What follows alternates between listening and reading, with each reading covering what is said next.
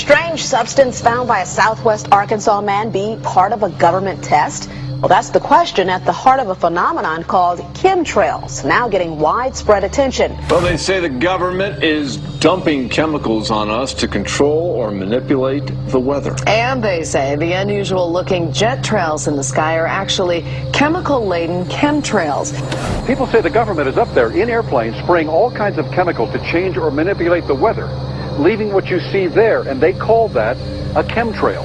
So what I look up there and I think are contrails, you're telling me are chemtrails? Yes, that a contrail would be dissipated by now. And it's interesting, Dale and Christina, this is of interest not just in this country, but European countries and frankly all over the world. A lot of folks interested in it. Well, Dave, you mentioned that climatologists and others who study the atmosphere believe that they'd be able to surely spot any kind of signs of an ominous plot. Our journey started in San Diego, California, where thousands of scientists, engineers, policymakers, and journalists gathered for the American Association for the Advancement of Science Conference. One of the topics was the artificial manipulation of the Earth's climate, also called geoengineering. During the meeting, scientists spoke about the plausibility of implementing geoengineering campaigns throughout the world under the guise of preventing global warming. One widely accepted theory was to block the sun by spraying something into the atmosphere.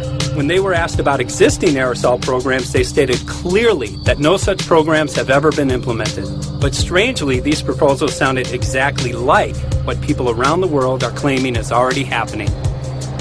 When I found out that the American Association for the Advancement of Science was going to be held down here and the main body of topics would be on geoengineering, I had to come. I had to be in on this. I had to hear what these top climate change scientists had to say. And that's the other question about chemtrails and whether geoengineering is being deployed right now without our knowledge. I don't have any personal insight into that, other than to say that I worked in government at pretty high levels in the White House and at state government. I'm personally skeptical of that. But obviously you never know what you don't know. Chemtrails. On the internet, they are cited as proof of the government creating clouds to combat global warming. They claim the American government, with the secret approval of the national government, is covertly using jet aircraft to spray population centres with aluminium, with barium, and with strontium so as to reduce people's immunity and reduce the global population. I'm always a little bit suspicious because the government doesn't seem that capable to do something on such a large scale. That is not rain, that is not snow. Believe it or not, military aircraft flying through the region is dropping chaff. Small bits of aluminum, sometimes it's made of plastic or even talicized paper products, but it's used as an anti-radar issue, and obviously they're up there practicing. Now, they won't confirm that, but I was in the Marine Corps for many years, and I'll tell you right now, that's what it is. And what happens here, military jets, some come out of Key West Air Force Base, and they move off into the atmosphere, and they drop mylar strips. Some could be a little wider, some are small glass fibers that are coated in aluminum. And what the Air Force does is they take their military jets and they dump these out of the aircraft, they fall into the atmosphere, and some take as much to a day to fall down.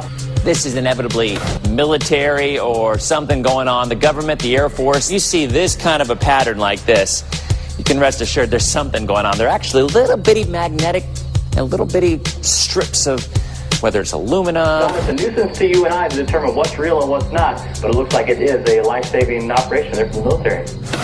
The apparent motive behind this conspiracy theory is one world government.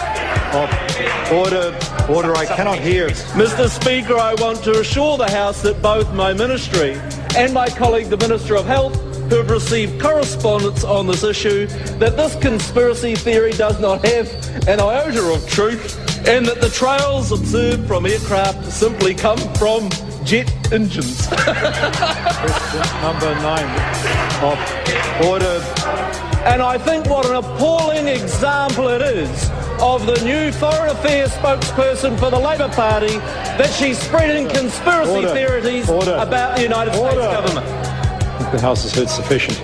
It is called geoengineering, fighting global warming by putting a chemical dust in the atmosphere and reflecting harmful radiation back into space. We take geoengineering to mean deliberate, large-scale intervention in the Earth's system. There are a variety of schemes that have been discussed for geoengineering. A classic example is injecting reflecting particles into Earth orbit. Nevertheless, there might be some good reasons to think about aluminum. It turns out, first of all, there's been a lot of work on the environmental consequences of aluminum in the stratosphere. The big deal really is that aluminum has 4 times the volumetric rate of forcing for small particles as does sulfur. And that means you have 4 times less surface area for the same rate of forcing.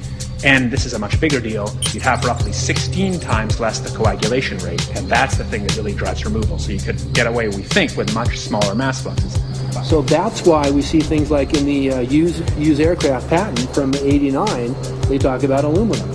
And that's why we're seeing in the surface water samples aluminum. And here's David Keith saying that aluminum has 4 times the reflective volume surface area. So they'd like us to think that we're talking about sulfur, but here they slipped up and let it out that aluminum is 4 times better to achieving their ends, and it sounds like it's going to be one they don't want us to know the effects of. The little picture is from a nanofabrication study, which shows you can make very high quality, and do this in just a jet in a very simple way, make high quality aluminum particles just by spraying aluminum vapor out, which oxidizes. So it's certainly in principle possible to do that. There's a big literature that's already looked at that. And you could do that by either building new versions of these aircraft or even re-engineering existing aircraft. So there's some ideas of that. So you go to an engineering firm and you want this done. They don't say this is hard or unusual. They say, okay, yes, we could do it. Aerosol geoengineering looks like it is so cheap that the cost is basically not going to be an issue. That means that implementation decisions will be risk-to-risk decisions. The risk of doing it against the risk of not doing it. And it makes the problem of how we govern it fundamentally harder and different and novel. So I've told you that it's cheap to deliver materials to the stratosphere, and I'm convinced that's true. I don't think that will change. But I think the more we do research, the less easy this will look, the more complicated the environmental effects will look. And that's a good thing, because right now it looks too easy. So I think that if we do more research, we're likely to find out that it's harder and more complicated than we thought, and that the side effects are harder to manage, and that's a healthy outcome that will make it easier to do the management. Of course, the opposite reaction is possible. It's an empirical question how people will actually react to knowledge about this. Another reaction is to say, if these crazy scientists are so concerned about putting CO2 in the atmosphere, they want to think about these things, then that might actually mean we should be more serious about the risks of CO2 in the atmosphere. And by the way, it's not really a moral hazard. It's more like free riding on our grandkids. And by the way, it's not really a moral hazard. It's more like free riding on our grandkids.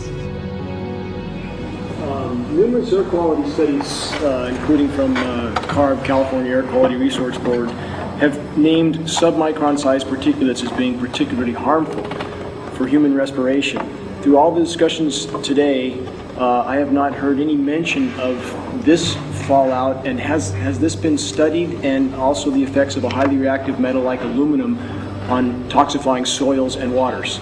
The question is, what would be the effects of these materials on human health if they came down into the stratosphere, in particular small particles and aluminum? So the collaborators of mine working on the aerosol scheme are actually folks from Carnegie Mellon who focused on human health impacts. And while we haven't published it, that was the very first thing we did, was do the order of magnitude calculation in level pencil and paper, but with an expert on human health impacts about whether there could be an issue. And for aluminum or other particles, there are a lot of toxicological things that need to get looked at seriously.